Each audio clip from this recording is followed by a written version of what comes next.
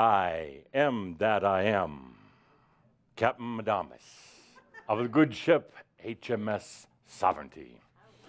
Dear Shambra, greetings, greetings, greetings. A fine-looking crew we have here today. You don't smell so good, but you look fine, all dressed up for our voyage into new lands, new territories. Let's take a good deep breath, and yes, Winch, I'm ready for the coffee now. Well, I'd like it handed to me, Winch. Yes, and if you would. You gotta be a little theatrical. Winch, where's my coffee? Yeah.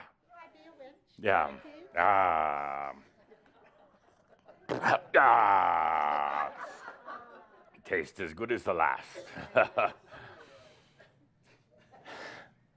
So would you favor my ears with a good pirate arg, would ya? Arg. That doesn't sound like you're about ready to sail to new uncharted territories.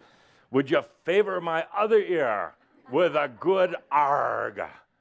Arg. That's what I wanted to hear. I wanted to know that I'm setting sail with the Argonauts. With the Argonauts, yeah. You've heard of astronauts? They go to the moon. Argonauts go anywhere they want. Arg, arg. So, Shambra, let's take a good deep breath on this day, for we are going places. We're in the Walk On series. Probably not adequately named. It should be the Fly On, the Soar On. Yes, with a bunch of Argonauts. So, what's in store for today? What's in store for us? A journey, a change, a shift, something that you've probably been feeling for a few days, definitely today. Something is different. Something is changing, and you're absolutely right.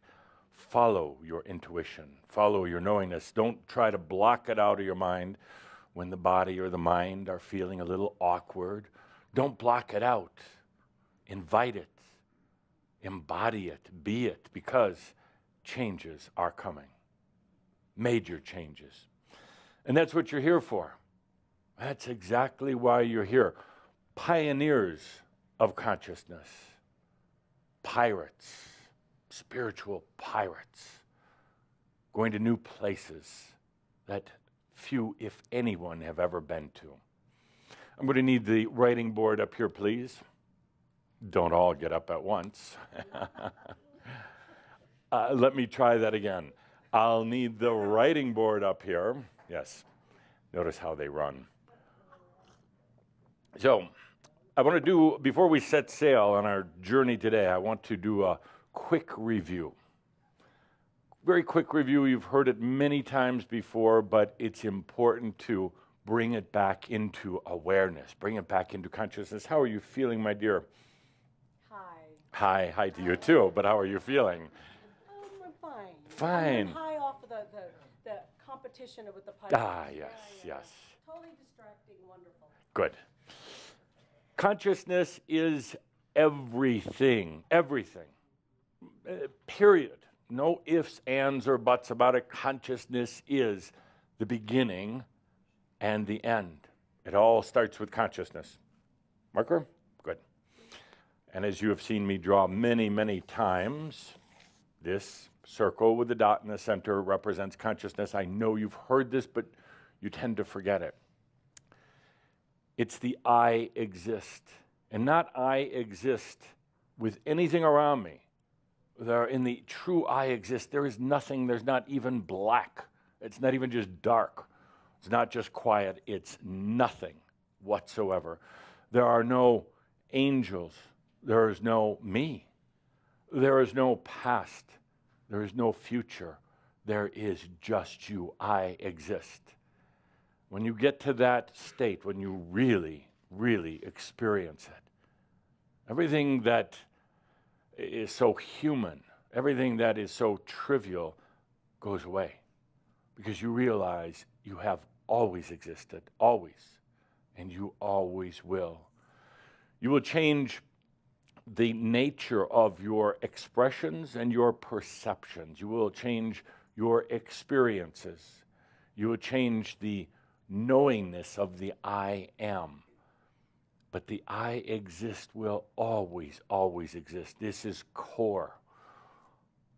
And this simple circle with a dot in the middle, my friends, is going to change the course of human history in the not too distant future. That simple little symbol right there is going to change things in your lifetime. Right now, there is very little, or if anything, known about consciousness and its relationship to life itself. Scientists don't consider consciousness when they're doing their experiments, when they're coming out with their theories. There are few who have broached this subject of consciousness. To a degree, those who are in what you would call the New Age or spirituality have dabbled in it. But to a larger degree, they treat it with the same level of machio that they treat everything else, their spirit guides, their rituals, and everything else. But this simple little symbol is on its way to changing the way humanity experiences. It's going to change it in your lifetime. It was said not so long ago by a noted physicist that consciousness has no place in science. And it should be put in the same place as dragons and fairies and unicorns. And he is correct. And he is absolutely correct. Because science understands things that are linear and that you can replicate. Science understands its formula. Science is its own form of limited consciousness. I'm not opposed to science. I have spent many, many years in lifetimes past advocating science at a time when there was a tremendous amount of superstition, a tremendous amount of control from religious organizations that defied basic science.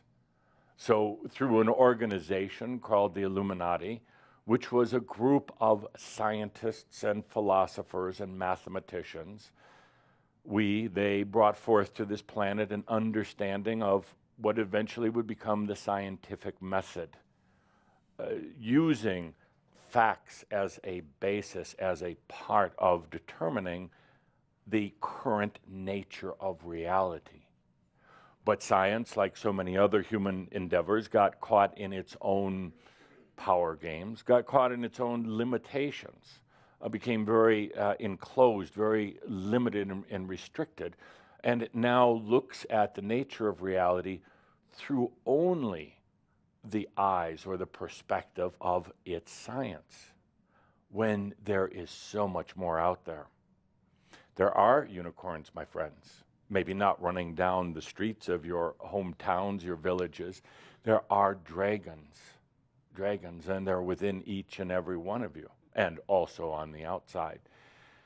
There are fairies, there are nature divas and elementals who play such an important role in nature, in the life force of this planet. They are real.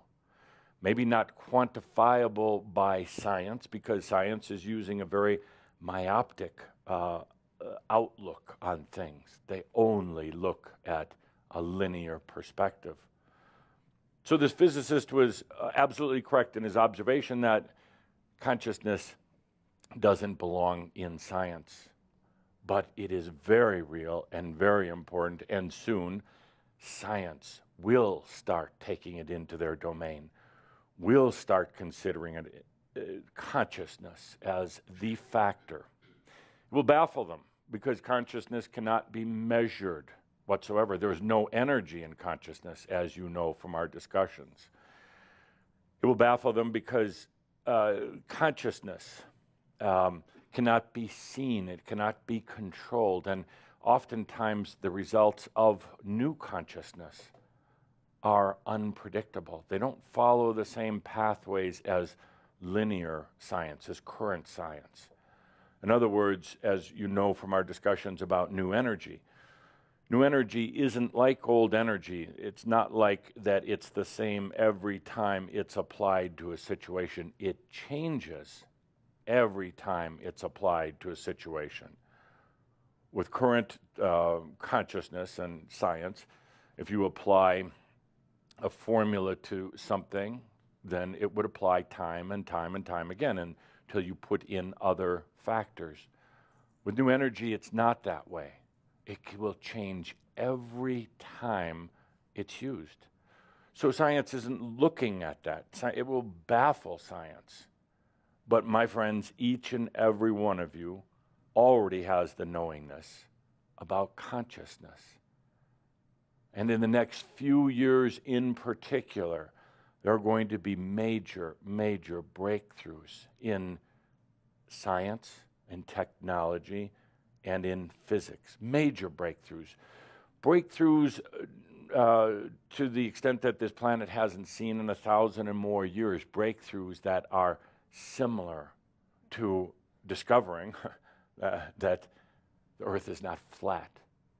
You realize that there are some people that still believe that the Earth is flat. Oh, they are bringing their past into the now. They want to continue believing it. And in a way, if you understand the dynamics of consciousness, you'll realize for them, it's true. The world is flat, and therefore everything they're going to see is going to validate the flat Earth. You can give them pictures taken from outer space, from the astronauts, not the Argonauts, and it shows a round disk, and they will still insist that it's flat. They will insist that the disk is facing them like that rather than being like that. But you're going to see changes over these years, these next few years. First as what are considered bizarre theories, and then becoming more and more and more acceptable in mainstream physics and science, that will change perception on this planet and eventually change the way this planet operates, change belief systems, change the whole way this planet is energized. It brings up an important point we're going to discuss before we go out on our journey. The changes that are coming are what you would call quantum or magical, but they're not really. It's only that the mind...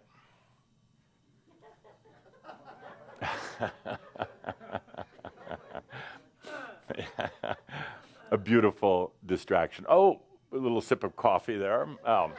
Get your papa out of there. Yes, yes. I have friends in all realms.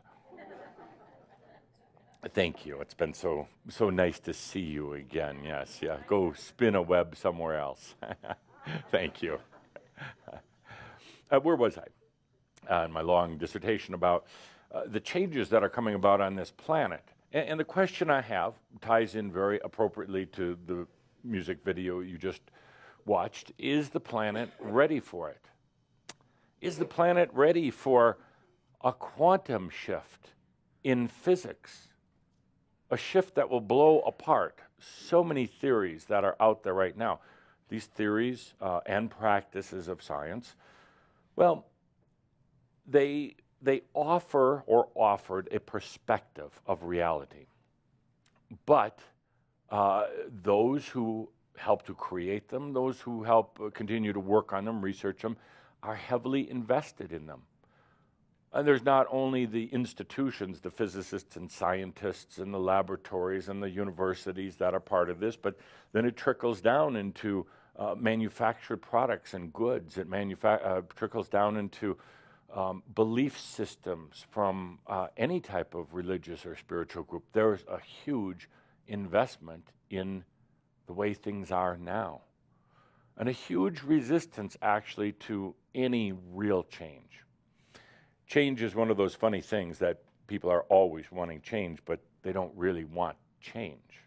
They want small incremental betterment in their life. But given the opportunity for huge change, I don't know if they're really ready for it. I don't know if this planet is going to be able to absorb or withstand the shock of some of the new physics that are currently in the works. I don't know if it's going to cause a major elevation and evolution in consciousness, or if it's going to cause wars, battles, huge disagreements at every level, academic levels, corporate levels, cultural, countries, everything. I don't know if the planet is truly ready, but it is happening. It's going to happen anyway. It would be very interesting to see how humans respond and react.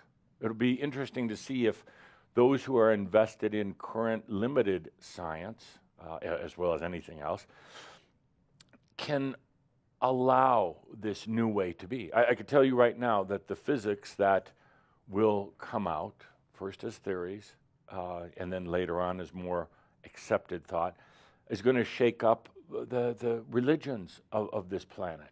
The religions that they haven't changed in thousands of years, and they hold such a power over people. Religions that really don't, I'm sorry, but they really don't teach anything about true spirit and the self, the soul. So it's going to cause a lot of changes in that, plus everything else. These changes are coming about because there are people, not many, but there are people like you. People who have had that knowingness for quite a while, had that inner awakening. You know that there's something else. One could argue that you just want to believe that there's something else. Well, that factors into it also. But you know that there's something else, and that is what has kept you going in spite of all the difficulties, in spite of the many difficult journeys you've been on, in spite of the problems in your life, you know, and right now you know it is that close, that close. You can feel it. And it gets a little frightening when you realize that things are going to change drastically. You're the ones who, for many lifetimes now, thousands and thousands of years, have been exploring consciousness, whether you know it or not, whether you called it that or not. But some of you have called it the beyond, as just something different. Some of you have called it fantasy, and it's not. There can be no such thing as fantasy, in other words, made up. It has its origins somewhere, those thoughts of yours, those dreams of yours. It's not just make up, believe, fantasy. It's coming from somewhere within you, that knowingness that there is more. And what's going to change this planet is consciousness. The awareness of the awareness. Some may not call it consciousness at first. They may give it other words and names, but it all boils down to this simple thing, consciousness. Imagine for a moment that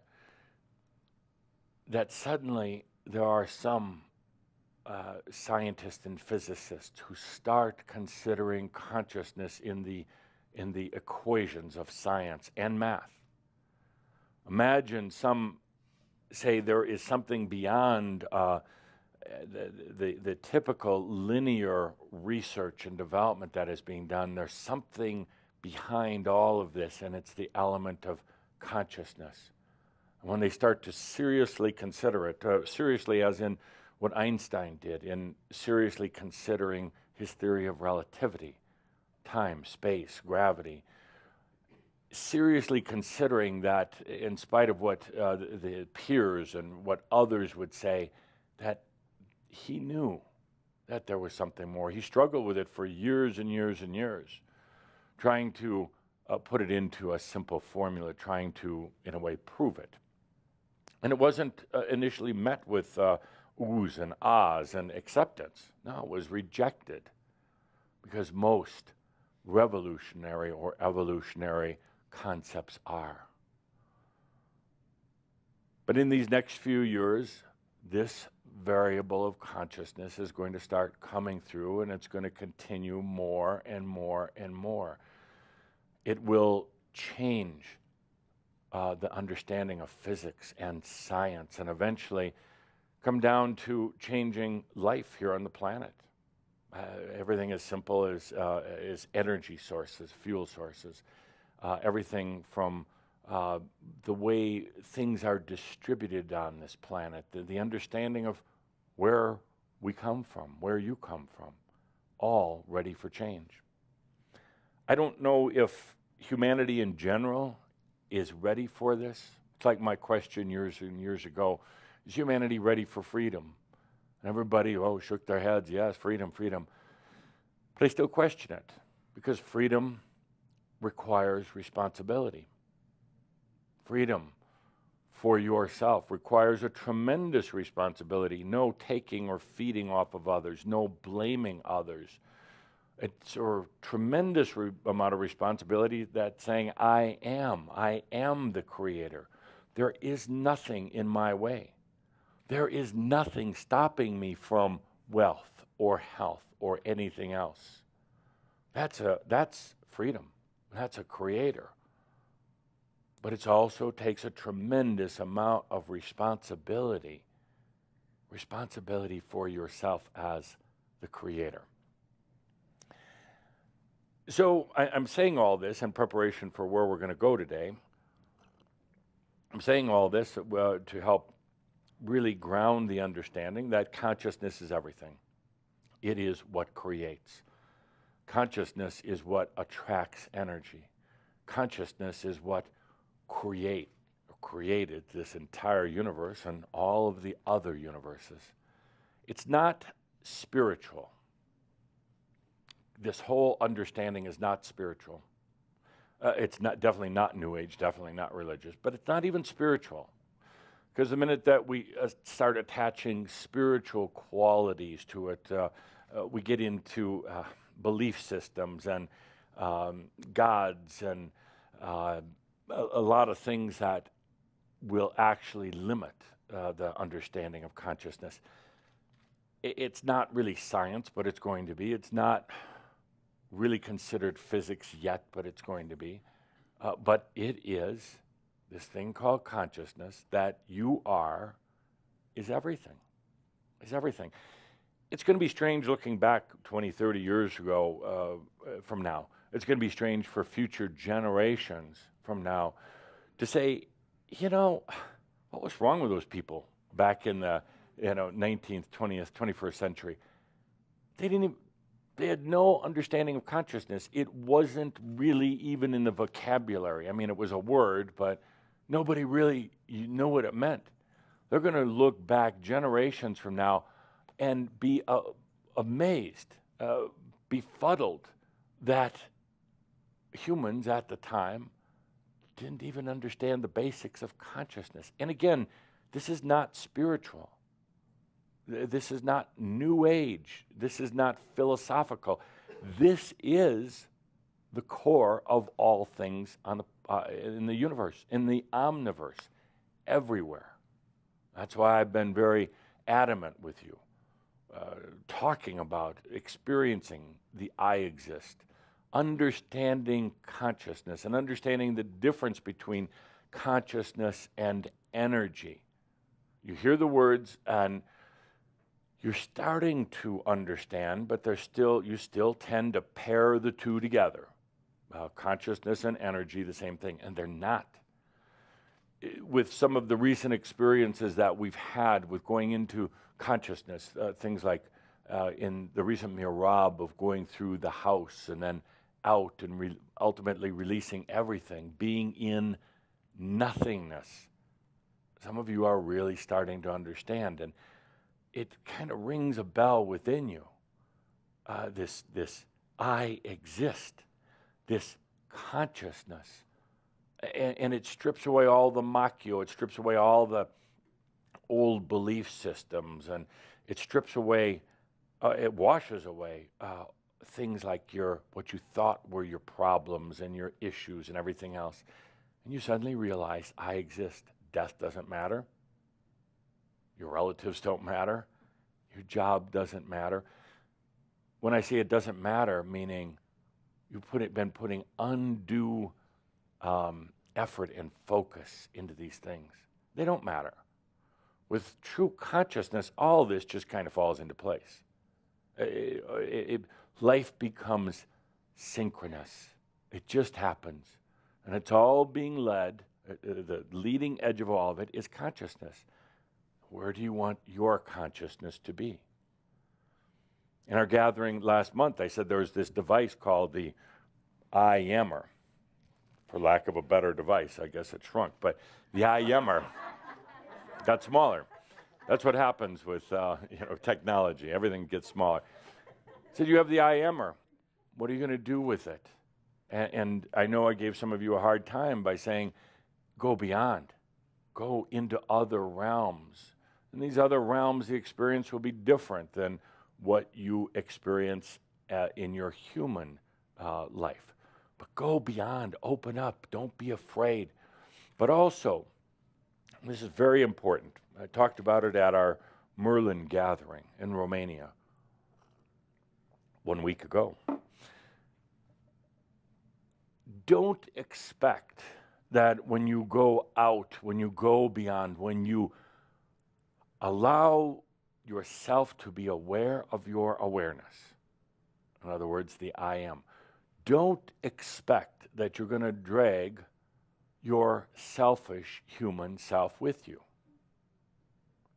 There is that expectation that I talked to the group about, that you're going to walk through a wall. Everybody thinks that's very magical, walk through a wall. And I said, yeah, absolutely. Very easy to do. You just do it. But don't expect that you're going to take your flesh and bones with you. That is selfish. That is your selfish human self. It's kind of it's a paradox, because on one hand you're saying, oh, this body, it gets old, it gets tired, the flesh and blood, and but yet you want to take that with you, walking through walls or going to other dimensions. Why? It's not you. That is the selfish, little, immature human. That's okay. As long as you recognize it, as long as you are aware that that's this human self that on one hand is saying, you want magic, you want to travel to other parts of the cosmos. On the other hand, you say, well, but I insist that my body and my brain go with me. No, it doesn't. Actually, you don't want it to. You really, really don't want it to. It limits you. The difference between you are the I am. You are the I exist. There is no brain. There is no body. There's none of that. You don't need it. It is just pure consciousness. Opposed to that, or the form that some of you are still in to a degree, the form that most humans are in, is the me. Me. One hand you have the I am, the magnificence, the free, sovereign, creative I am, and then over here you have me, the immature, selfish little human. It's okay. We're not talking about eliminating it. We're talking about opening the perspective to the I am that can walk through that wall. You don't need to take your body. We did it in Romania. We walked right through and we observed ourselves from the other side. But understand, my friends, when you use the I ammer, when you go beyond the limits of the body and mind, that the sense of perception, the way you perceive things will change. Don't expect that you're going to walk through the wall or travel to another dimension and have eyes or have the sense of hearing. A, you don't need it. B, it's limiting. And C, it's so me, so human little me. You can travel, you can journey to these other realms easily, very easily, as the I am. But don't expect to see with eyes, to hear with ears. There's a whole different set of what you would call senses that occur in the other realms. Takes a little getting used to. But suddenly when you allow yourself to use these senses, these non-physical human senses, suddenly you remember these are your natural senses. Your natural. The eyes are an unnatural way of perceiving reality. They really are. They're limiting. You should be able to see all around you or perceive all around you. You should have perfect vision at any physical distance. But the eyes limit all of that. So what I'm saying here before we go out on our journey, you are the I am. Recognize the me. Recognize you have the I am, but you have the little me, the selfish human. I don't say that disparagingly. I don't say that negatively, but it's there. And it tends to try to take control. It whines enough and rebels enough and distorts you enough. You fall in, you become, in a way, a victim to little me. No more. No more. No more. Let's be mature I am beings. No more selfish little human, bratty, insisting on its trivial little ways. You're the I am. So start acting it. Good. Now, summarize what we've done so far, not much. Talked about consciousness. It is so important. Talked about changes that are going to be occurring, and particularly in the next couple of years.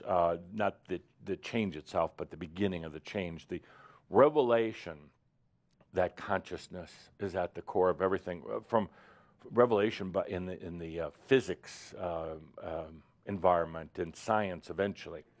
You already know it. You don't have to wait for the papers to come out. You don't have to wait for the debates to take place. You already know it. You just don't know that you know it. You're unsure of your knowingness. You don't know how to define your knowingness right now. But I'm asking you to trust yourself, to allow, because things are going to change. I'm going to ask now if you would distribute a piece of paper to everyone here, including myself. One sheet of paper, no pen or pencil needed, as part of our experience for today. Those of you who are watching at home, get a sheet of paper. Any size, doesn't matter. Any color, doesn't matter. They ask so many questions. What size, what color can it be written on? I don't care, just a piece of paper. Just a piece of paper. Great. Thank you.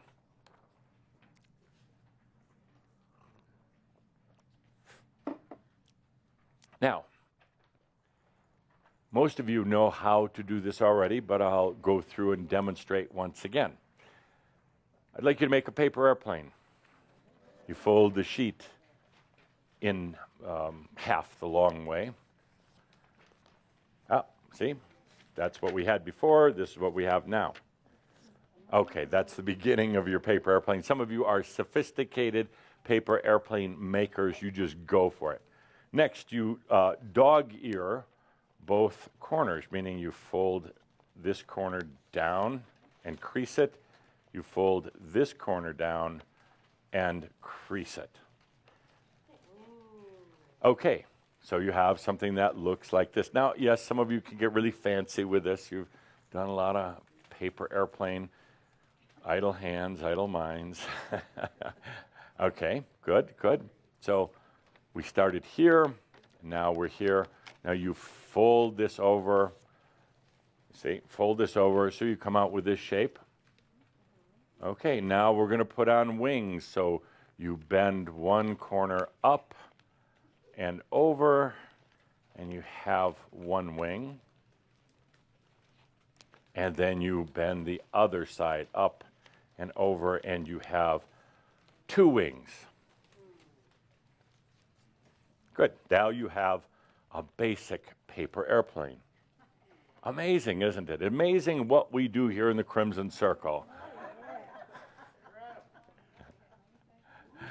Incredible. And I go back to, just for a moment, to say, what you're going to discover, where you're going, what you're going to discover is you, is the I am. That's going to be very different from the me. I mean, from the little me inside you. There's such a difference. You're going to realize this me has been screaming out, crying out, me, me, me, me, me. And it's really, I am, I am, I am. That's the discovery. Little me will stop screaming out, me, because finally it's going to start feeling safe. It actually finally will start feeling acknowledged. The human, the little human, the selfish human, will suddenly start feeling acknowledged. It will feel that it is being taken care of. It will feel then a freedom to have its me experiences, but without all the whining, without all the bratty insistence. So where you're going, what you're discovering is the I am. So you all have your paper airplanes ready. If you would please stand up. And in just a moment, I'm going to ask you to toss them all this way, please. And for those of you near the camera, make sure, if you can, crosses over the camera, create a beautiful effect. And before we throw them, Caldro and Linda asked me to be safety conscious, so I will. So you may want to use your hand to create a visor over your eyes in case there is an errant paper airplane flying your way you might not be aware of, or put on your safety glasses if you're a nerd, or put on your safety glasses, sunglasses, or anything else. Do protect your eyes. The rest of your body is going to be okay. And on the count of 3 args, arg, arg, arg, arg, arg, arg, let's launch our paper airplanes. Cover, visor the eyes. Arg, arg, arg. Yeah. Good. Excellent. Good. Some very nice paper airplanes there. Now that was fun, wasn't it? What's the point? I just hadn't done paper airplane throwing in a long time and thought it would be fun to do.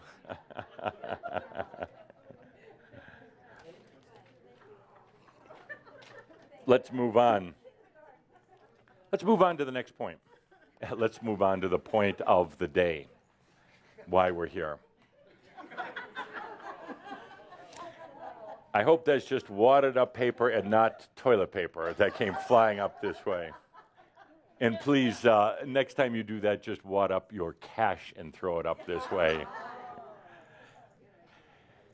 I'm going to present not a theory.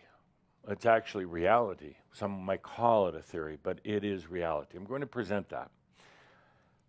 Calder has been a little nervous about this channel because unlike most times when we have a shout, I don't tell him much, and if I do, it's a lie. Just distract them. But this one, I talked to him the other night. I explained what we were going to do, including throwing paper airplanes. And he's a bit nervous about it. I'm not, because I don't have to take the wrath. He does. But I'm going to present a fundamental, basic concept about reality that will cause some to raise their eyebrows. That will cause some to say, Adamus has really lost it. That will cause some to debate it heavily. It may get out there on the internet. It may find its way to the academic community, and they will, most of them will, absolutely throw their assaults at it. Most of them will not understand or accept. But in the next 5, 10, 15 years, doesn't matter, there'll be enough research and enough understanding, enough quantum theory stuff, that some people are going to start saying, I get it. I get it. And then start applying it to the basics of physics and math and the other things that, the other scientific endeavors. There are some who will hear this, and it won't mean much of anything. They'll walk away, they'll turn off their TV monitors at home, say that was interesting, but maybe kind of sci-fi. And that's okay.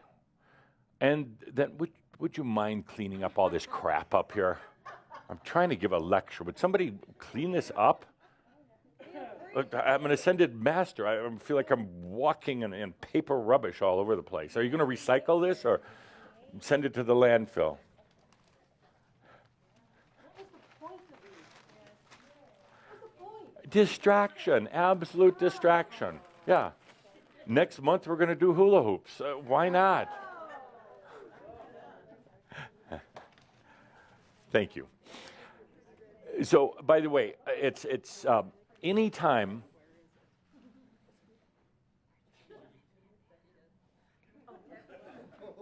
Did you want to share something with everyone? Of course, Sam. Of course. Good. With me. Good. I wondered where Dave's red bandana went he had on. That was important. In the middle of one of the most profound observations, she wanted to know that this is what I have to deal with. She wanted to know where David Crash's red bandana was. Who is she? Edith, Thank you. right in the middle of revealing what will be discussed and debated by physicists, not necessarily from what we say here today, but the concept that will be discussed and debated, something that is going to change the world. It's going to change your world. We're talking about you. Where is it? Where's the bandana? Would you put the bandana on? Keep Edith appeased? I mean, Edith, you have so much interest in Dave, Edith.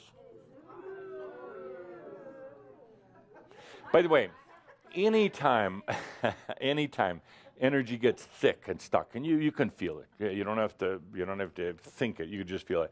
Anytime that you can feel that tension growing, something's happening, the air is getting thick, distract. Absolutely distract. People are going mental. Distract. Then we can come back fresh and really get into it, and that's just what we did. The paper, airplanes, the Dave's bandana, whatever that thing is his jockstrap, and everything else. It's like, it's a distraction. So, now,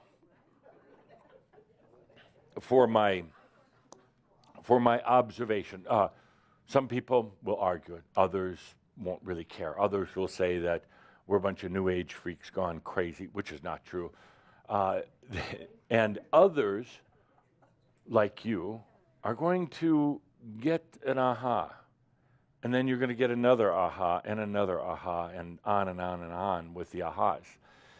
And that's what we're going for here. Remember, it's a very small group on this planet that's affecting consciousness because most people don't know what it is. Most people think conscious is being awake and breathing. That's the limit of consciousness, and it's far, far grander. So here's my input on the nature of reality.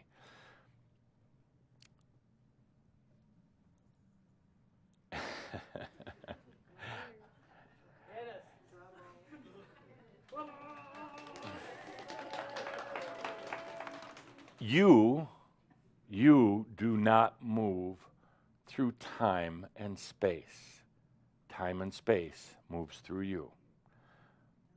Absolutely a contradiction, actually, absolutely a revolution from current thinking. Time and space are moving through you right now. You are not moving through it. In fact, there are no objects that actually move through time and space.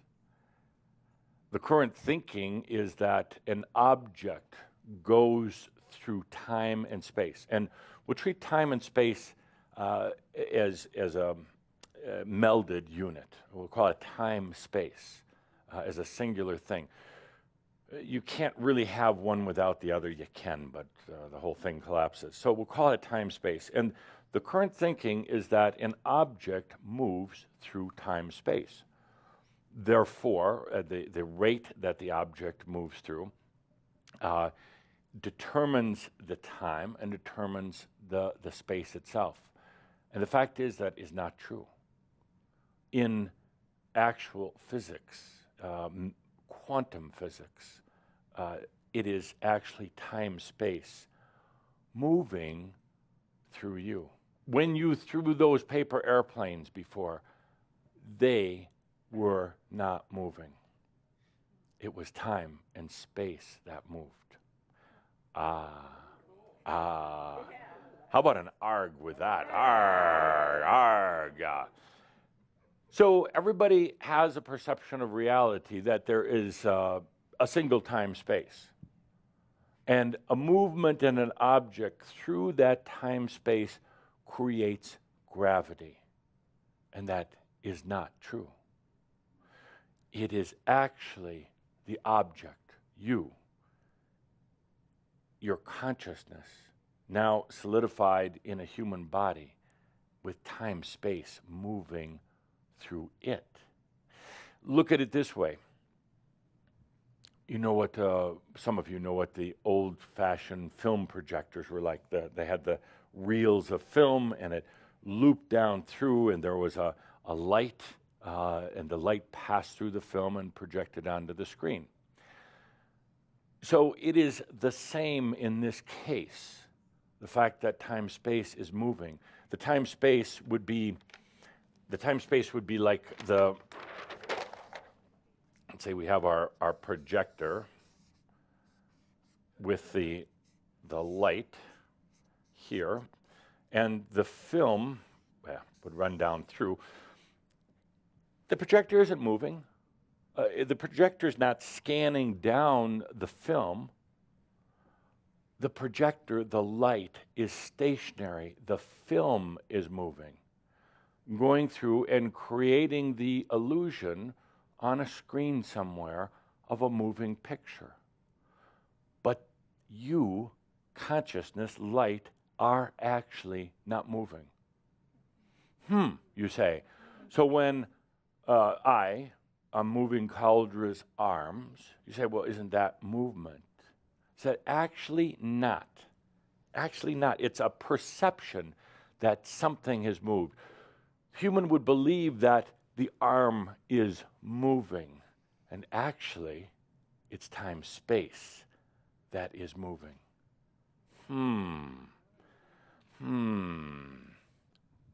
So you could say in this analogy here that here the film that's already come through the loop is the past.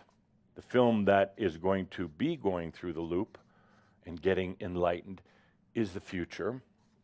And right here, that one clip that is making its way down through the gears and the reels and about to be illuminated, that is the now moment.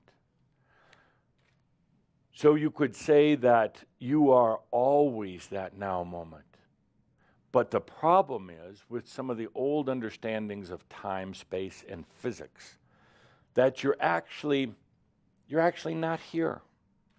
Most people are not operating here, right at the projection level. They're up here. They're thinking about, oh, what's going to happen as the next film clip comes through, and the terrible things, or they're worried about it, or fearing the future. And then they're also down here somewhere in the film reel that's already gone by. Oh, I shouldn't have done that, and I regret doing this, and poor me, I was a victim to all the circumstances. So they're not here. They're not right at the point of projection, the point of consciousness anymore. So it's very easy for them to believe that they're moving through time-space. But in fact, they are not. In fact, you are not. It's a very interesting concept, but a reality as well. Time-space is moving through you right now, and as it does, it is creating a gravitational effect. When I use the word gravity, I'm talking about more than just Newton's gravity, something falling to the ground. Gravity in this case is a suction. It condenses, it creates density. So as time and space are moving through you right now, it is creating a gravitational effect. And the gravity is not just physical. It's not just on your body.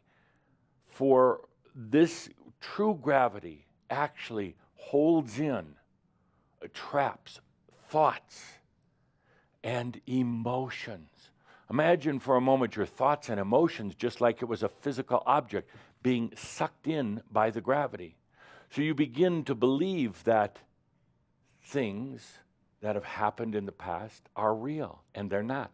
Not the way you perceive them. They're very, very different, but the gravity is holding these things in.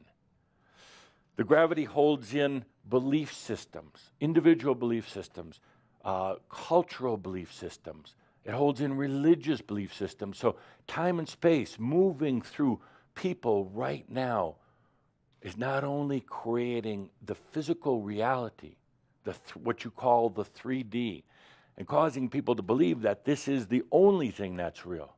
This gravitational effect causes people to say, well, this is it. The world's flat. This is it. It's stupid to think that the world would be round. The people on the bottom would fall off.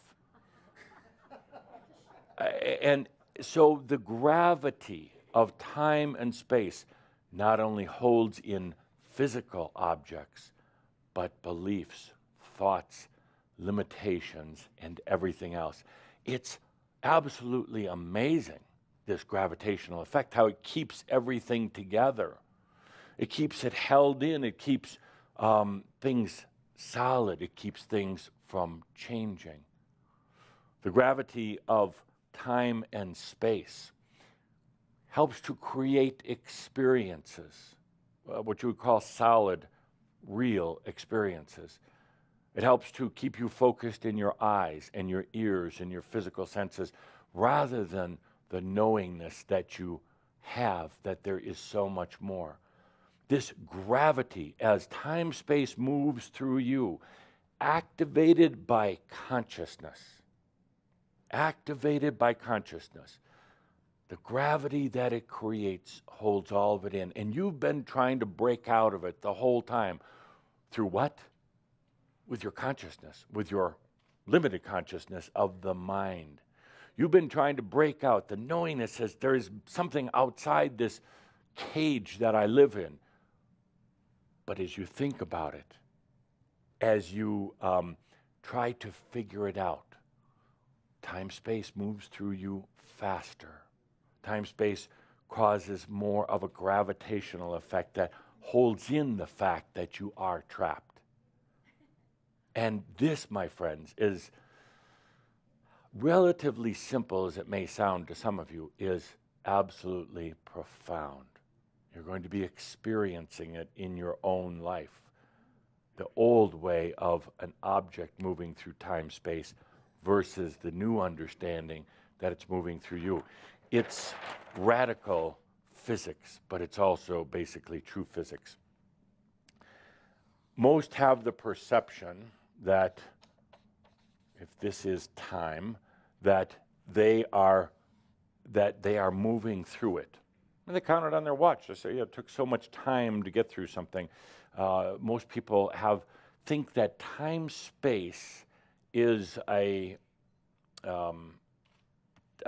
defined, undeniable, almost unchangeable thing. And it's not. It's not. Your life on this planet has been ruled by time-space. You've fallen into, you've accepted time-space, that you're moving through it. You believe that you were born, and you go through your life, and then you die, and you have certain years associated with it, and you do certain things. You move through time and space. You go from today to tomorrow through time and space, and it's very linear. But the fact is, it's not. The fact is that it's not time that's defining you, that's defining your movement, your past, present, future. It's not time that does that. The reality is that here is consciousness with a circle with a dot. There's consciousness. And time, space moves through you.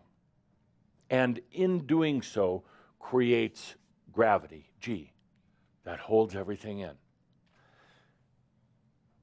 Time, space is not solid. It's not a constant variable. It changes, and it changes from David to David.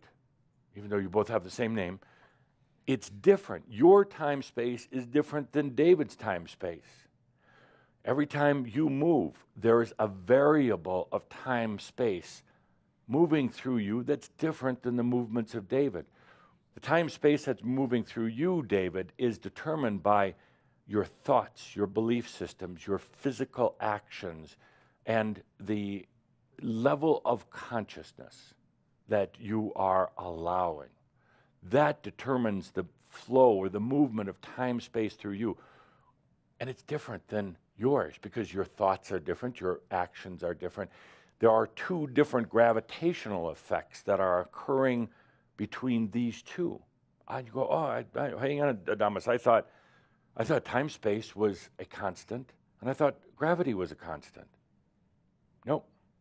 And when you can let go of that, the fact that there's a force or a power that is determining your level of life, your gravity, your flow into life, when you can let go of the fact that there is a time God out there, a time space God out there, which there is not, when you let go of that fact that there is some power beyond you, you start experiencing freedom. Now, you're going to be experiencing this. That's why we're here. That's why we set out on this journey today. You're going to be experiencing it, and you're going to talk to some people about it. And there, we have a wise one here. She says, no way. But I guarantee you will. I guarantee you're going to have an experience with this, I don't know, a week from now, a month from now, it doesn't matter. You're going to have an experience that has a profound effect on your life, that shakes up your belief systems, that shakes up all the things that you've been holding on to, especially old emotions and old limitations. You're going to have one of those gee whiz aha moments, and you will go racing down the street to try to tell people about it, or at least your friends and neighbors, and trying to get them to get off of time, space. Yeah, okay. And it doesn't matter. And you realize that profound beauty. You'll watch as you may try to talk to them about this. You'll watch how time, space is moving through them. You'll watch how their consciousness, their thoughts, and everything else is creating the flow or the movement. But what's more important is the gravity, the suction that holds things in. Now, you say, but hang on a second. There's been a lot of scientific experiments, and there are certain properties of gravity that they just are. It's the physics of Earth. And you're telling us, Adamus, now that everybody has their own time space. There's not one great big one. Everybody has their own level of gravity, holding things in, keeping a reality in its shape. So what is it? Is it we all have our own, or is it one great big time-space God? It is all individual. It is your individual time-space gravity and is motivated by consciousness. And it is yours as well. But there has come to be, due to the gravity of time-space, there has come to be a mutual consensus, a common understanding. It's like a communal time-space. Most people are actually delighted to give up their sovereign time-space being and accept time-space God. Say, that's the way things are. I'll just have to go along with it. The clock hand moves at a certain pace. Objects move through space at a certain pace. That's the way things are. Next prop. I always got to have props handy. And most people are just going to accept the fact that when a ball is thrown, good catch, when a ball is thrown like that, that it is simply moving through time and space. And time and space are constant because you throw the ball back and it has a predicted and very determinable speed, arc, everything else in it. But that's just because there is a common it's kind of a mass consciousness hypnosis about time and space. And it's true. It is true. And also at the same time, it is true that you have your own. When you begin to understand the implications of this, that's when you can be invisible. You simply go out of time. You still exist. You still have a physical body. You still have your I am. But you simply go out of their time. You simply remove yourself from the mass consciousness variable. It's amazing because it's magical, because you can still observe them, you can still be with them, but they won't see you. They won't know that you're there unless you choose to be. You manage, you own your own time space. What is time space? And how prevalent is it? Well, that leads to a lot of interesting discussions. You see, right now, this ball is not moving. Your paper airplanes did not move. That spider, it moved. That spider did not move. Kind of weird. Feels uneasy at first. What do you mean it's, yeah. Nice to have you again. Here, catch. It feels weird at first because you say, well, no, my eyes tell me that ball is moving. Try it. It's perception, absolutely. And this is not a magic trick. This is not a belief system. This is reality. Now, watch as I throw the ball in there and take a moment, step away from the old belief of we're all suspended in time, space, the time, space God, and watch as I throw the ball now up, not at you, to throw the ball up, and just look at it from the perspective that as I throw it, time, space is moving.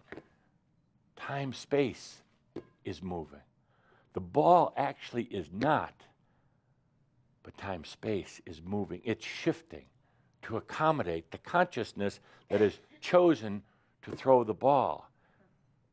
It is shifting to accommodate the desire to throw and to bounce the ball. The ball, Cauldre, you are not really moving. Weird at first. Weird at first. But suddenly, as you let it set in, let it set in, you start seeing it, perceiving it different. And one of these days soon you go, I get it now. I get it. That's a quantum shift. And suddenly life becomes playful because you realize it's not time, space, this continuum that is often talked about, that is controlling you at all. It is serving you. And there is a profound difference. Current flat earth belief is that time, space is constant, relatively constant. Current belief is that you are inside time, space. That is akin to the tiger in its cage, but with the door open, the tiger in its cage and saying, I'm trapped in here. This is my reality. This is where I exist. The damn door is open. And just as it is for each and every one of you, time, space moves through you. You are the constant. You are the consciousness. This is profound. What is time, space? That's an interesting question. And how far does it reach? Well, there's a better word, actually, that we use for time space because that's a relatively limited word. The word we use for time space is, you want to write down this, Linda, because Calder's handwriting is terrible. It's a very simple word. I'm going to ask you to feel into it for a moment. Don't think too much about it, but it's a simple word. Bon, B-O-N. Bon, B-O-N. One word? What? That's one word? Well, you could also make it 2 words, be on. Never thought of that before. See how brilliant she is? She perceives it as 2 words, be on. I know it's bon. Bon, B-O-N, bon, bon, B-O-N. I guess it could be beyond, be on. But it's bon. Bon is probably, bon would be like a hologram, like a fabric, but not a physical fabric, like the hologram that is prevalent everywhere where consciousness goes. It is a way of consciousness of perceiving and experiencing itself. It is a hologram onto which the consciousness is able to see, feel, experience, not see with the eyes, but feel, experience, to know itself. That is the core of everything in all of creation. It's not a substance. It's not measurable by anything in current science. Scientists don't really, they don't even know about it. But to help you to understand, at the core is Bon, and that creates then what your scientists do know a little bit about, plasma. Plasma. Not plasma as in blood, but plasma as in that substance that is the most, you realize plasma is the most prevalent substance of anything in the universe. But very, very little is really discussed or known about it. A dark hole is basically, and this is where Calder gets nervous because he's not a physicist by any means, but a dark hole is basically highly, highly, highly condensed plasma. So from Bon comes plasma. From plasma comes things like the ions, the way neutrons and protons and atoms and everything else works. But Bon is at the very, very core of it. You could say that Bon is the time-space, but it is more than just time-space as that you know as humans, time, space both being linear. Bon is kind of like the stage for consciousness, or the screen for consciousness on which to play.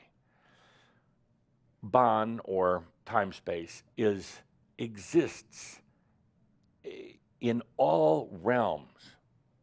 You have this thing called time-space that is pretty unique to the human journey, but if you go into another dimension, there is a form of time-space. It has to be. But it's Bon. It's not time as in the watch, and space like as in a size. It's simply a parameter, a variable that is there to serve consciousness. See, because consciousness does not create, is not energy. Consciousness is not physical reality. Consciousness chooses to have something core, something which to experience itself. Your greatest experience here on Earth is time-space. That allows you to do everything you're doing, time-space and gravity. So Bon exists everywhere where consciousness journeys and experiences. It changes from dimension to dimension in a way. It's its effect, it's the way it allows consciousness to experience is different, but the basic element is still there. So it could be said in a way that a form of time-space exists in all the dimensions, but not necessarily in the same fashion that it exists here. A form of gravity or suction or attraction exists in all dimensions, but in a different flavor than what you have here. But let me go back to the main point. The point of today's gathering is that time and space, Bon, is moving through you. It is serving you. You are not serving time-space. It serves you. Question. Would you mind, let's do the microphone so everybody in the universe can hear you. So quick question, and I will entertain questions up to a point because there are a lot of questions. Will be. So then energy would be nothing more than a perception. Energy is a perception, but very, very real. Energy is a form of Bon that is serving you. You could say, and again, here it gets a little tricky, but you could say that Bon is what some would call a unified energy field. But there are some misunderstandings about it. There is the field, the reservoir that's right here and everywhere, of energy potential that is an absolutely neutral state. It has no positive or negative charge to it. It is waiting for consciousness to activate it. It is waiting then to turn into activated energy, positive or negative energy. It is waiting to turn into plasma. It is waiting for the activation ultimately into atoms and molecules and everything else in your reality that is enabled by gravity. Gravity, once again, being time and space. Let me demonstrate one more thing while we're talking. The time-space field, the time-space element, is kind of like a funnel, or for those who know what a venturi is, a venturi dealing with fluid dynamics. Basically, if you have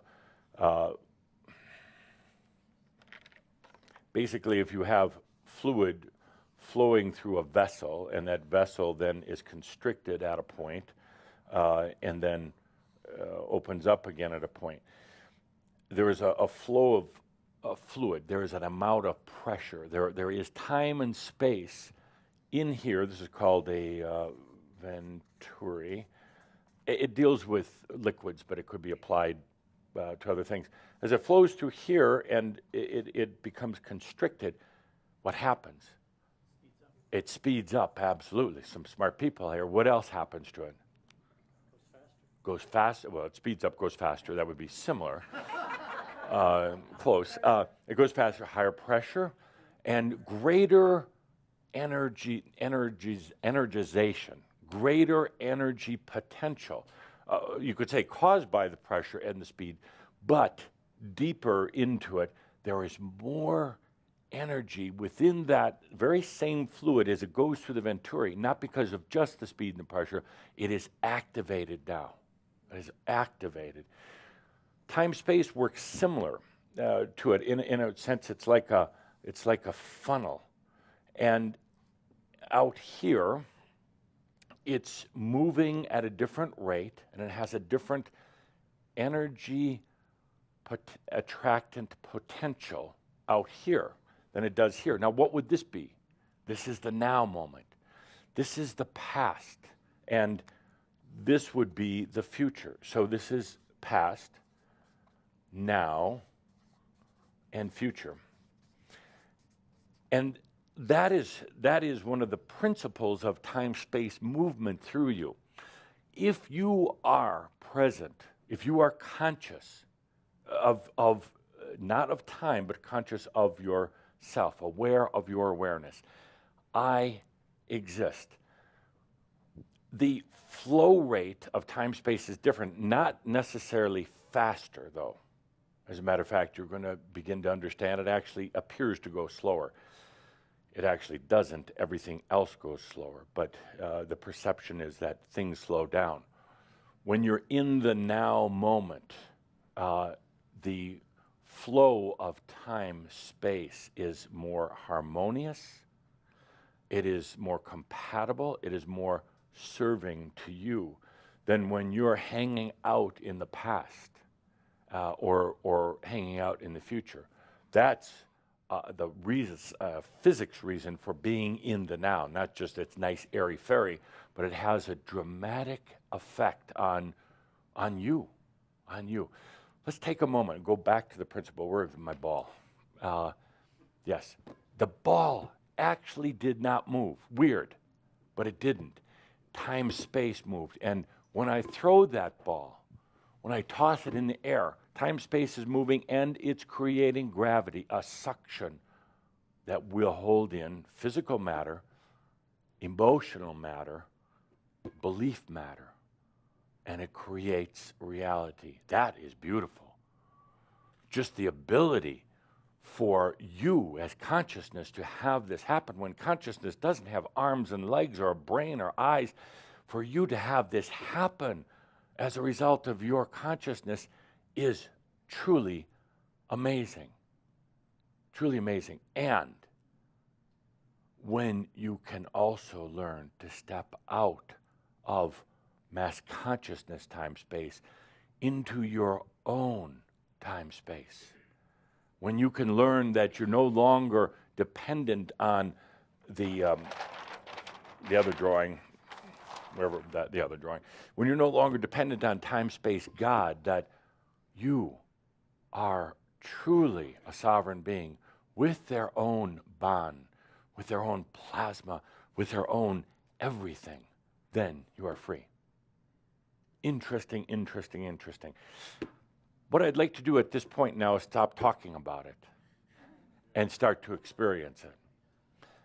So I'm going to footnote this by saying some of you have really been feeling strange the last couple of days and weird dreams. And I believe even before the gathering here, some of the staff was talking about the distortion of time. I believe there was a conversation back over here. Said, isn't time weird the last day or two? Absolutely. Absolutely. You're going to find that time and space start to loosen up. It starts to become more flexible, but that's not always a comfortable feeling at first.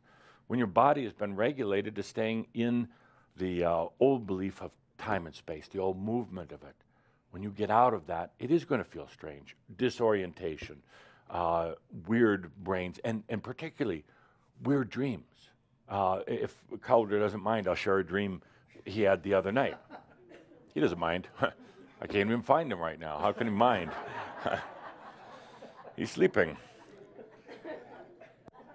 So in the dream, I'll just give a portion of it. In the dream, he and a group, probably you, were being chased, of course, and they found refuge in some like a big lot where they store junk iron and cars and trucks and a big storage lot for industrial goods. And they found some refuge there, and they were watching as a train, a fast-moving train, was coming down the tracks towards them, and the train just stopped. It didn't slow down. It just stopped without the typical effect of all the backlash of the momentum of the train. The train just stopped right then and there. That's a good example. First of all, the chase. The chase was about others thinking that you're crazy and chasing after you. Like, what is wrong with these people? You know you're breaking through some old paradigms, and there are those who are not going to like it. They're going to say, you're making this up. This is foolish. This is stupid. Prove it scientifically.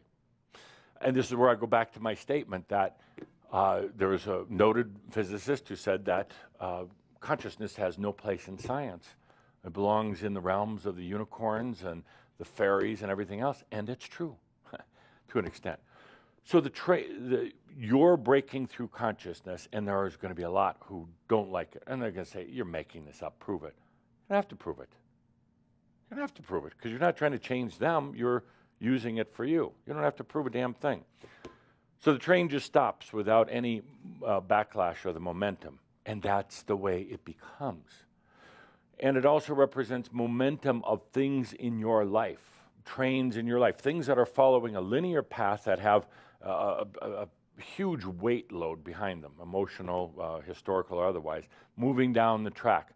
But this just stops it with the understanding that time-space moves through you, just stops it.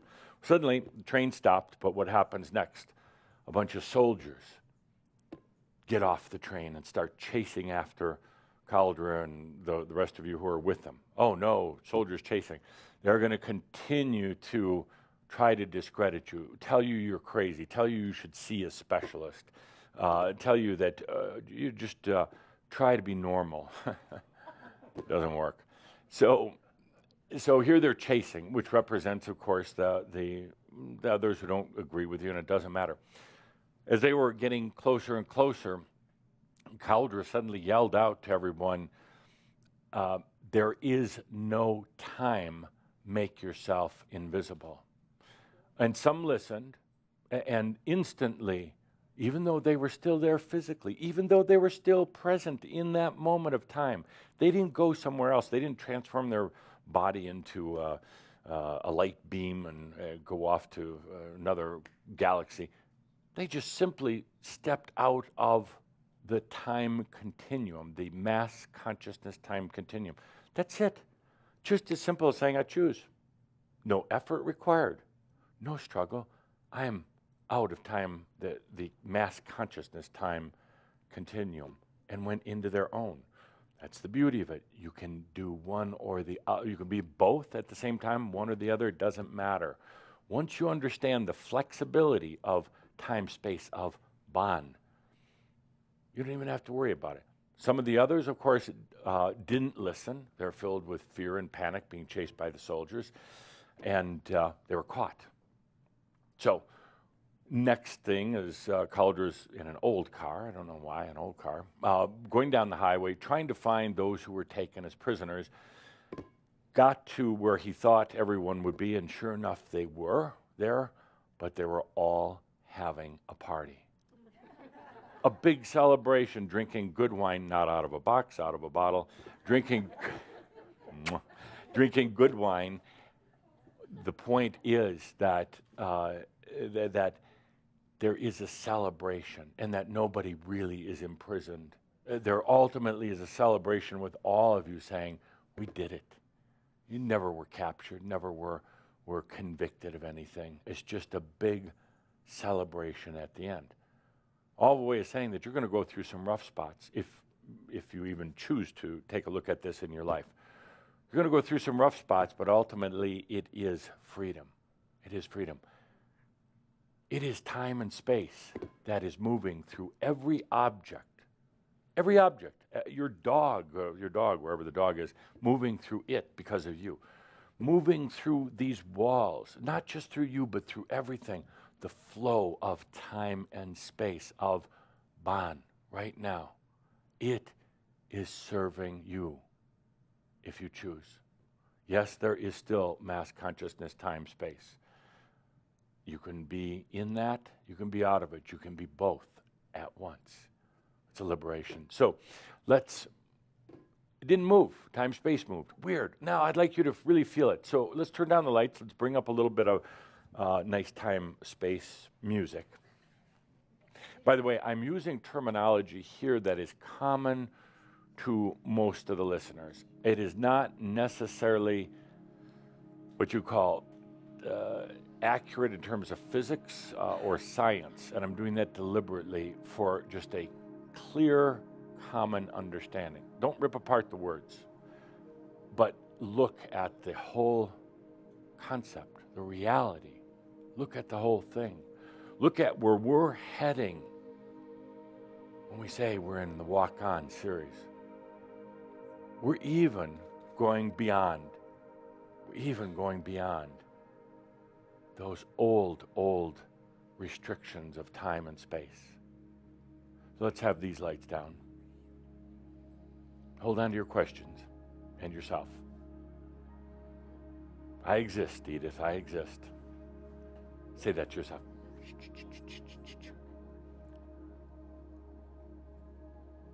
It does cause some irritation, by the way. Oh, I have these questions. No, you don't. You already know the answer, Edith. Every one of you already knows the answer.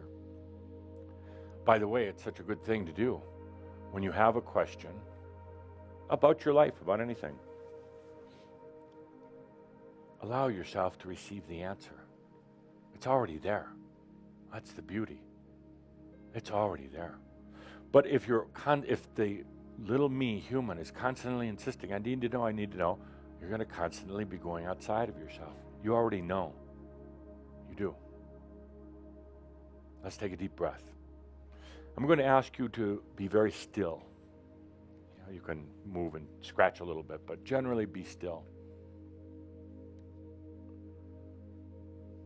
And I'd like you to feel, sense, really sense right now, this time and space moving through you. You're the constant. Your consciousness is the constant. It's always there. It is always, always, always, always in the now moment. Consciousness cannot be out of the now moment. Selfish, me, human, it can be out. It can go in the past and the future. But the now moment is consciousness. Consciousness is the now moment. You are the constant. You are that light, that projector light that I talked about. And just if you would, allow yourself to sense, going beyond the mind and even what you'd call rational thoughts, and allow yourself to sense that time, space, moving through you. Moving through you.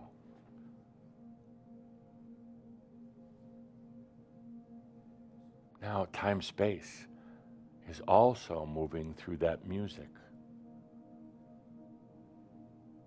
Music actually is not moving through time, space. Listen for a moment. Listen.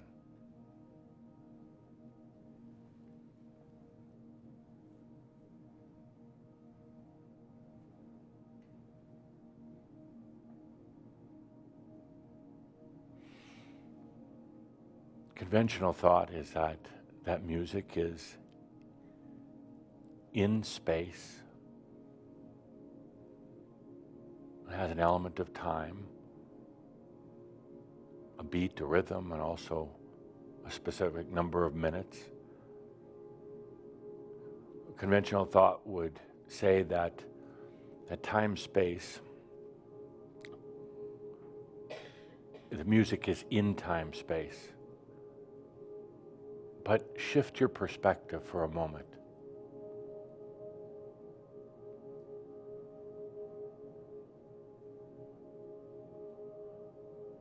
Time-space is actually moving through the music. What is the music? It's a creation of consciousness. As a creator, conscious creator, putting together a series of, for lack of better words, vibration, but impulses. And right now, the music is not moving. The time-space is.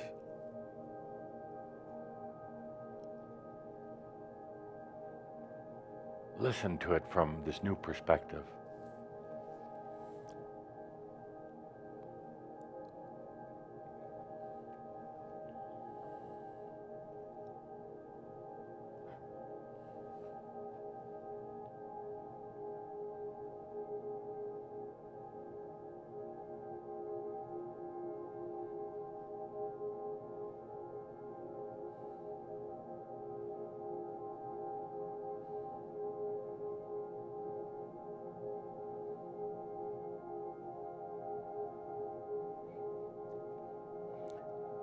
When consciousness is present,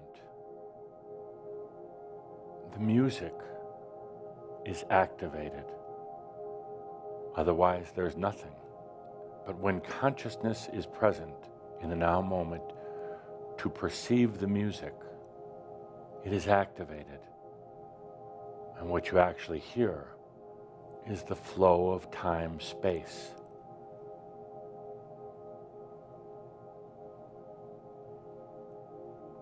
Your consciousness is aware. Your ears are hearing it, of course. But more than anything else, you've allowed yourself to be open, allowing.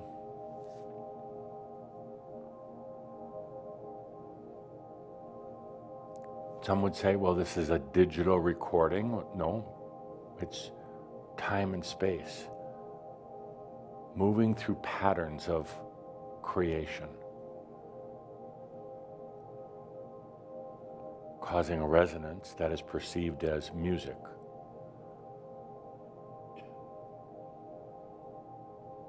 Take a deep breath and listen. It's almost like a river of time-space flowing.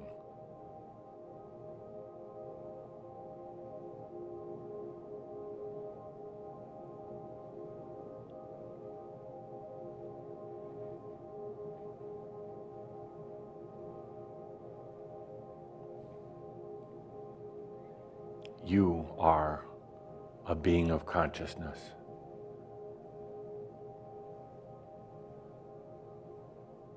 And that consciousness activates energy. You create because you are consciousness. And the creations activate energies. And the energies call forth this element of time, space, or what I prefer to call Ban. And the river starts flowing. The river moves. This river, beautiful river of life now, flows through you. Your heart isn't moving. Oh, that's the perception that it is, but the reality is time-space is moving. You are constant.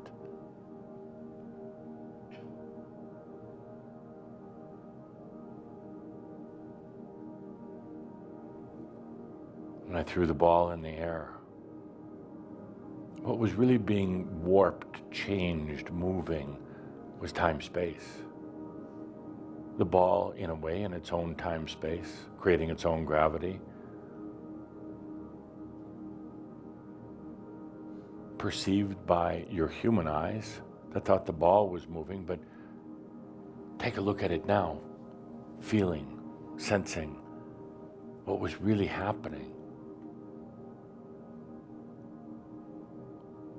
The movement of time-space.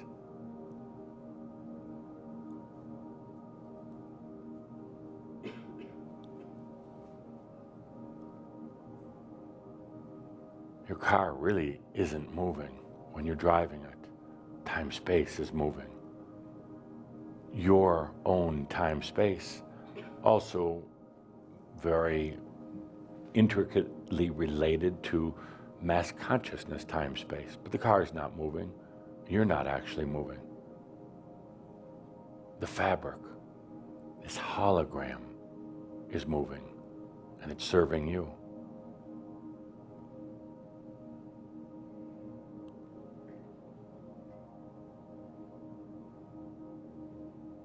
Feel it now. Feel this hologram of life, Ban, time-space, moving through you, through your thoughts, through your body. It's serving you, my friends.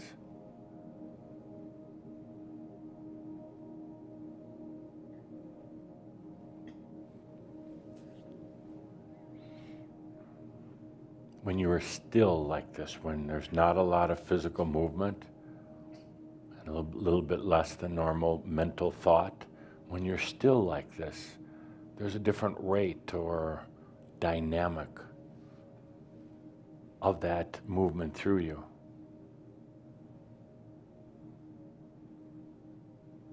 There's a better flow, you would say.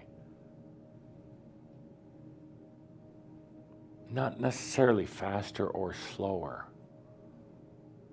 just a different resonant, a different dynamic to it.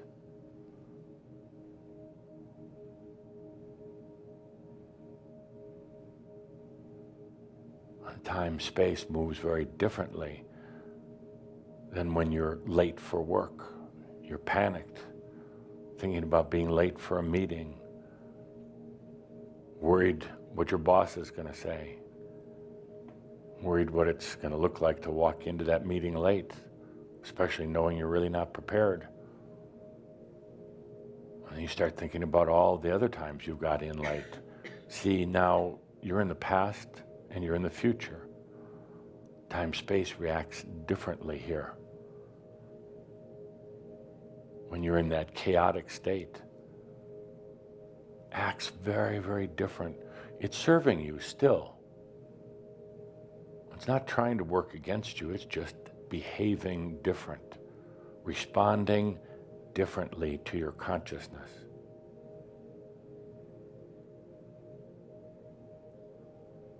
And the master understands that they can command Bon, time, space, this hologram. They can command this hologram to serve them.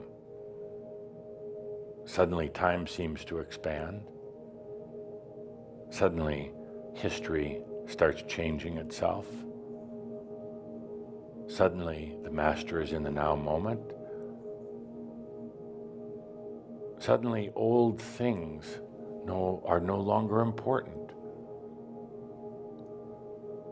Suddenly the little me human issues are not important anymore. The dramas are not important anymore. The struggle with life, for life, is not so important anymore. Suddenly the master in the now moment, realizing that time-space is responding to them, the hologram is responding to their consciousness, not their thoughts, but their consciousness. Suddenly the level of panic and anxiety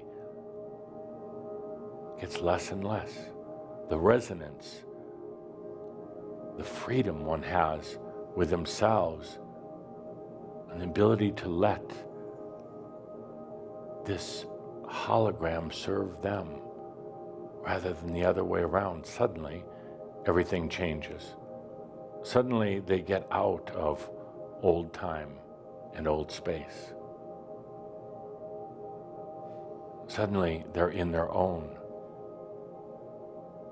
that can coexist with others, that can coexist with mass consciousness, but suddenly they're now operating, you're now operating in your own time-space, by choice, by allowing. Suddenly all the things that you used to worry about are no longer significant. Suddenly you're not trapped in a cage.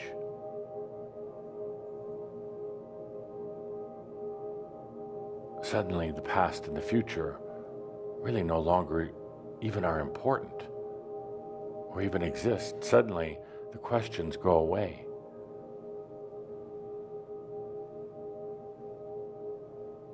Suddenly the things that you used to worry about are very unimportant. In this space, feeling the I am, allowing this hologram, the bond, to serve you, suddenly you realize I am a creator. Suddenly all the little me human issues are so unimportant. And you wonder why you've struggled. You wonder why all the battles. You wonder why things so often didn't go your way. And you realized you were trying to be an object moving through time and space.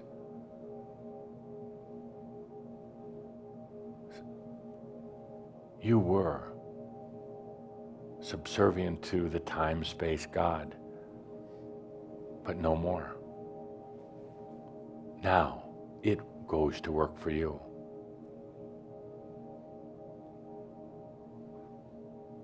In this realization, you actually reassess all the things that you thought were important were not important. You realize that anything is possible.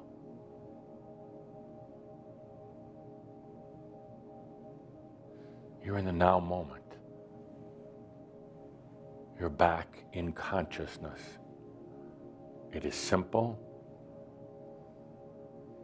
It is not complicated. It is not linear. It is the I am.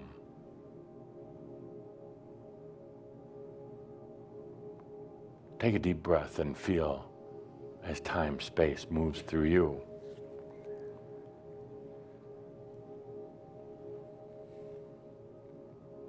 It flows through you.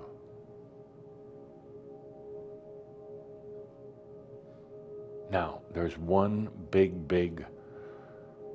difference. When you realize that Bon moves through you, this hologram is moving for you, when you realize that, gravity changes. That's kind of the bottom line. Gravity changes. In the old scenario of you being the object moving through time and space, gravity was very rough. Gravity was deep and thick, hard to get out of. It held you in. But the variable of gravity changes when one realizes that they are the constant and time-space moves through them. The element of gravity that used to confine you in your thoughts, in your body, in your dreams and aspirations, in everything, the gravity that made the body old, the gravity that kept you on incarnational cycles suddenly changes. The G-force is different.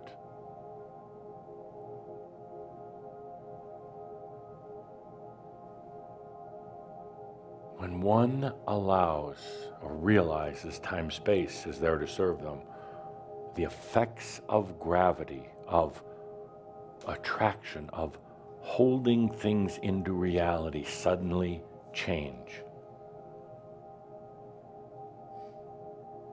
And that's where we're going to pick this up in our next gathering. Take a good deep breath, and I'm going to ask you now to really feel in this next month how time-space is there serving you. Feel how it is flowing through you. Stop every once in a while. Sit down. We're not talking about meditation here. We're talking about feeling the flow, sensing it. You may feel it literally in your physical body.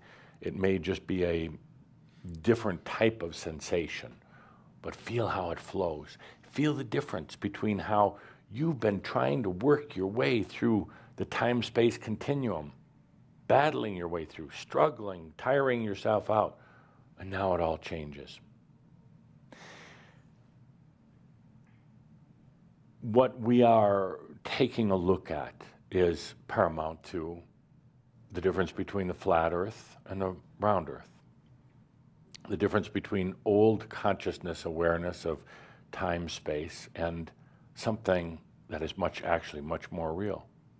You can debate the physics all day long. You can debate, you can use current formulas and proven systems to say that it's not true. Or you can allow yourself to feel it for yourself, to live it for yourself. That is the ultimate proof. It's not a philosophy, it's not a religion, it's not New Age. It is the way things are. Watch in your own life in these next 30 days, not only the flow, but the difference in the G-force, the gravitational effect. And when I say gravity, again, it's the ability to solidify, to hold in reality. Watch how that shifts in your life. Let's take a good deep breath, my dear friends. We've just walked on, walked beyond. Please, for all of you here, all of you listening in, discuss it in your social media, discuss it within yourself.